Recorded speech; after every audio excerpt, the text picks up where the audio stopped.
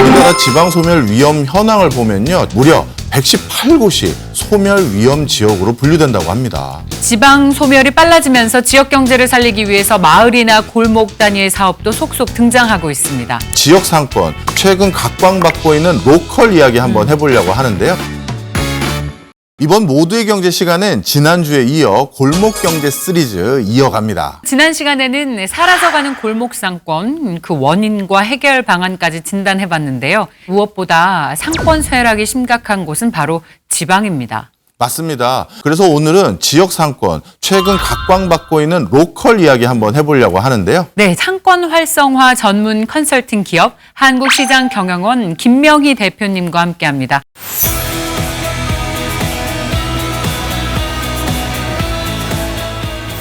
대표님, 최근에 지방 소멸의 대안으로 로컬이 떠오르고 있어요. 저희가 이제 로컬이라고 하면 보통 지방의, 지역의, 현지의 이런 뜻이 있지 않습니까? 네, 그런 개념보다는 보다 이렇게 확장된 개념으로 해서 그 지역의 커뮤니티, 자연, 문화 여러 가지를 아우르는 포괄적인 상권 활성화에 관련된 개념으로 이해하시면 되겠습니다.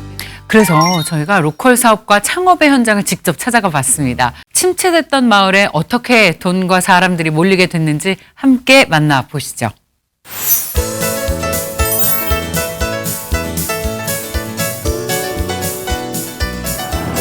안녕하세요. 네, 안쪽으로 들어오세요. 마을 지도. 보시면서 제니처럼 마을만 따가지고 이제 만들어놓은 지도예요. 이거를 들고 여행을 다니시면 편한 게 걸어서 왕복으로 해도 30분이 안 걸리는 마을이라서 핸드폰이 없이 지도 한 장으로 여행이 가능한 동네예요. 약간 있으시대요. 맞아요. 그런 느낌. 맞아요. 건물 맞아요. 옛날에 그때 건물 맞습니다.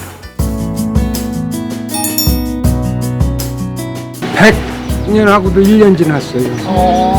공주에서는 아주 유명한 근대유산인데 여기에 제일 먼저 지어진 것은 충청남도 금융조합 연합회. 지금으로 따지면은 농협 충남본부.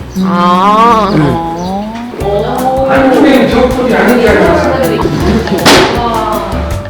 속에 도로래가 들어가지고 걸을 수 있게.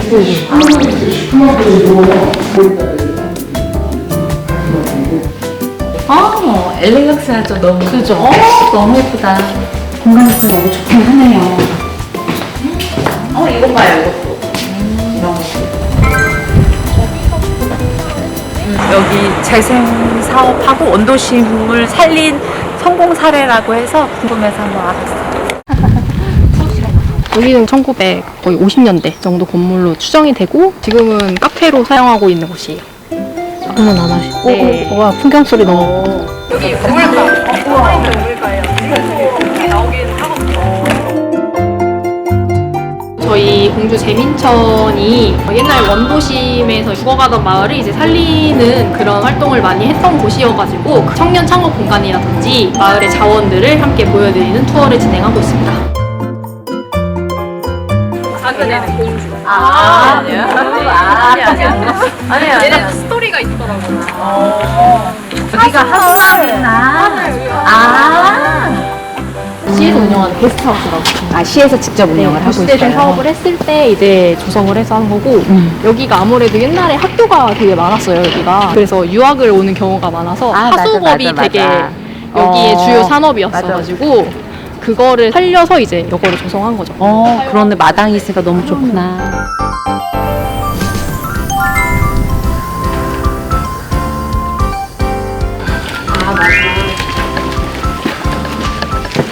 여기 한옥이 거의 100년 정도 된 한옥을 이제 리모델링 하여서 이제 미술관으로 만든 곳이어서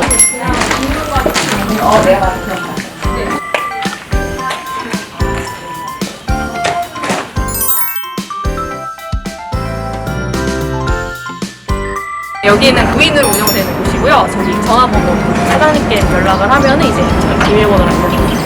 안쪽에는 책을 구매한다기보다는 그냥 공간을 소유한다는 느낌으로 이제 엽서를 쓴다거나 이래서 안쪽에 보시면은 여행자분들이 엽서를 써놓은 게 다 걸려 있어요.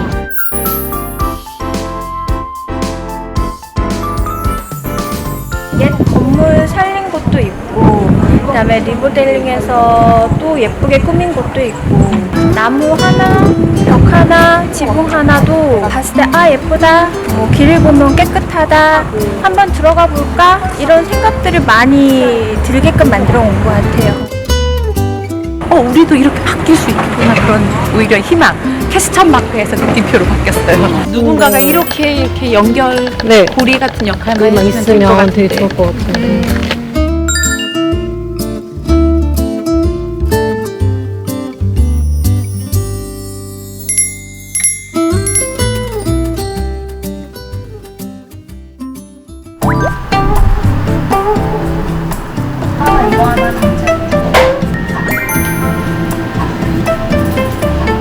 밤우유 같은 거. 밤우유 아이스 한 잔이랑요.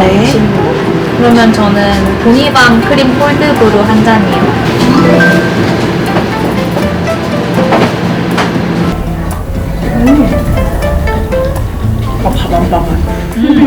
이거 크림도 밥맛이야.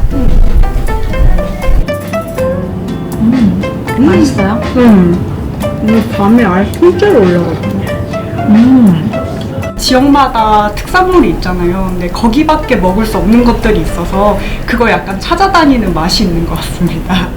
사실 대전 사람인데 이제까지는 공주가 가까운데도 자주 안 왔었는데 되게 여유롭고 뭔가 이 동네만의 새로운 매력을 발견해서 되게 신선하고 재밌습니다. 네, 오늘 정신없으죠? 아무래도 외부에서 오시면 공주에서는 밤 제품 찾으니까. 네, 맞습니다. 네, 저희가 2018년에 처음 왔을 때는 청년들이 없는 정도가 아니고 40대들도 잘 없었습니다. 여기 동네를 한번 돌아다녀 보니까 생각보다 되게 예쁘고 근대문화 유산이나 건축물들도 예쁜 게 많고 골목 문화가 살아있다는 걸 느꼈거든요.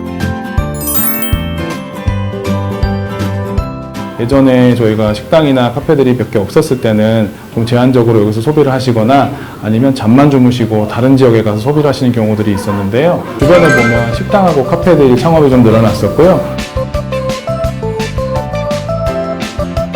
갤러리나 책방이나 공방들이 아주 중요한 역할을 하는데요. 체류 시간을 늘리는 역할을 합니다. 동네 산책도 하고 문화예술 공간들 들어가 보고 주민들하고 교류하면서 동네에서 시간을 많이 보내시게 되면 동네 매출이 늘어나고 궁극적으로는 저희가 운영하는 숙소나 아니면 마을 여행 상품에 대한 매출이 늘어나게 되니까 동네에 계신 다른 분들이 잘 되게 하는 게 결국은 저희가 하는 일을 잘 되게 하는 일이라고 생각합니다.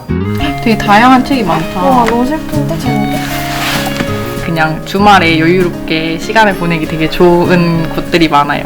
취미나 이런 걸 또 자유롭게 좀 한적한 분위기에서 서로 즐길 수 있는 게 참 좋은 것 같아요.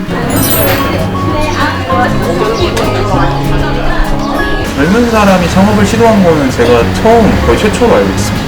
오는 사람이나 유동인구 자체가 많이 없었어요. 아마 대부분 상점에 계신 분들, 공방 운영하시는 분들, 로컬 크리에이터 분들은 다 각자의 어떤 해야 될 것들을 잘 하고 계시지 않을까? 관광객분들이 오시는 건 무조건 좋은 데죠. 많은 분들이 찾아주시면서 공주답게 성장했으면 좋겠다. 고즈넉한 분위기로 많은 분들이 찾아주실 수 있는 곳으로 남았으면 좋겠다는 생각도 듭니다.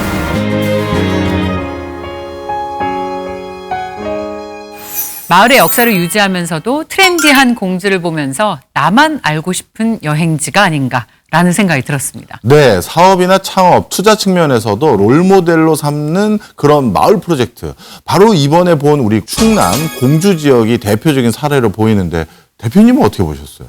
그 지역의 특성이라든지 그리고 문화라든지 역사 이런 것들을 반영해서 지역민들도 그 안에서 새로운 경험과 그런 발견 같은 것도 할 수 있고요. 그런 상권 활성화를 함에 있어서 이분들이 그 지역의 정체성을 또 그 안에서도 찾아가는 그런 역할도 되어 있습니다. 그래서 잠재력이 높다 그렇게 볼 수 있습니다. 그렇네요. 예. 지속적으로 잘하고 있는 로컬 상권의 구체적인 사례가 좀 기억나는 게 있으면 소개해 주세요. 네. 대표적으로 인천 계양 프로젝트라고 할 수 있는데요. 네. 사람들이 많이 떠나고 있던 자리에 그 상권의 특색을 살리면서도 역사와 문화를 같이 공존할 수 있는 상권으로 개발을 해서 많이 활성화되고 지속적으로 유지가 되어 있습니다. 네, 그 해당 지역에 사람 불러들이려면 뭔가 특별한 딱 뚜렷한 키워드가 있어야 되잖아요. 예를 들면 양양 같으면 서핑을 하러 오는 젊은이들이 모이다 보니까 서핑이 유명해져서 뭐 이런 것처럼 바로 뭔가 떠오르는 뭔가 있어야 될 것 같아요. 그렇죠. 소위 저희가 핵심 점포 또는 앵커 스토어라고 하는데요. 그런 핵심 점포가 생기게 되면 주변에 또 이제 많은 관광객들이 찾게 되고 그 안에서 상권 활성화가 저절로 자발적으로 이루어지는 그 현상이 진행이 되곤 합니다. 그렇네요. 실제 양양군 가보면 요즘은 숙박시설뿐만 아니라 철도나 이런 데 왔다 갔다 하는 택시도 더 늘어나고 그렇죠. 다양한 게 다 동시다발적으로 활성화된다고 하더라고요. 네. 예전에는 그 서핑 그 보드 같은 거를 외국에서 수입을 해왔는데 네. 지금은 거기서 자체 제작하는 업체도 와. 생길 정도로 그만큼 산업 발전에도 많은 영향을 주고 있습니다. 그렇네요. 네. 아, 근데 내가 원래 살거나 익숙한 곳, 잘 아는 곳이 아니면 사실 이런 로컬 상권을 분석하는데 쉽지 않잖아요. 근데 이거 어떤 식으로 접근하면 좋을지 노하우가 있어요? 네. 상권을 분석하는 데 있어서는 타겟층을 하기 위한 여러 가지 인구 조사라든지 지역 주민 특성이나 어떤 소비계층이 많이 또 오는 지역이냐 뭐 이런 것도 고려를 할 수 있고요. 구체적으로 데이터를 얻을 수 있는 것도 있습니다. 소상공인 시장진흥공단의 상권 분석 시스템이라는 것도 있고요. 예. 서울시에서도 우리 가게 상권 분석 시스템이라는 게 있고 예. 그리고 통계 지휘 서비스 시스템도 있기 때문에 이런 것들을 적절히 활용하시게 되면 기본적인 이 상권에 대한 지식은 파악을 하시고 그리고 개업을 하려고 그러면 거기 가서 한 일주일은 두고 봐야 된다, 지키고 봐야 된다 이런 이야기들도 좀 있는데요. 실제로 현장에 가서 직접 파악해서 함께 접목을 하시면 도움이 되실 거라고 생각을 하고 있습니다. 그렇군요. 사실 이 지역 경제가 몰락하게 되면 그 지역에 다시 국가에서도 많은 복지 예산을 또 들여서 부양하고 하는 이중 부담이 생길 수도 있거든요. 네. 그런 차원에서도 지역 경제가 활성화되는 게 국가 재정에도 큰 기여를 한다. 이렇게 말씀드리고 싶네요. 네. 자, 오늘 모두의 경제에서는 로컬에 대해서 다방면으로 살펴봤습니다. 도움 말씀 주신 한국시장 경영원의 김명희 대표 말씀 잘 들었습니다. 고맙습니다. 고맙습니다.